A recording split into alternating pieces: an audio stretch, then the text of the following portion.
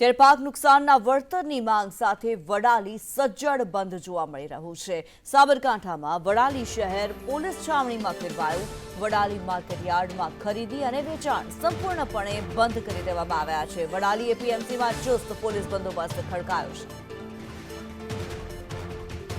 હિરેન રાવલ વધુ વિગતો જણાવી રહ્યા છે। હિતેશ રાવલ વધુ વિગતો જણાવી રહ્યા છે। હિતેશ, આપની પાસેથી જાણવા માંગીશું, વડાલીમાં ખેડૂતો દ્વારા જે બંધનું એલાન આપવામાં આવ્યું છે, શું પરિસ્થિતિ છે?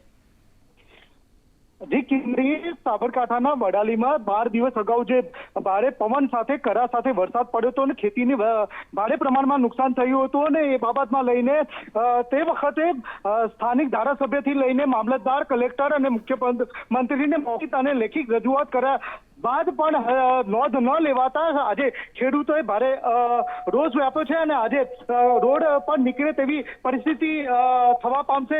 અને હાલમાં આજે ખેડૂતો એ એપીએમસીમાં ભેગા થયા છે અને આજે વડાલી શહેરમાં પોલીસ છાવણીમાં પણ ફેરવાયું છે।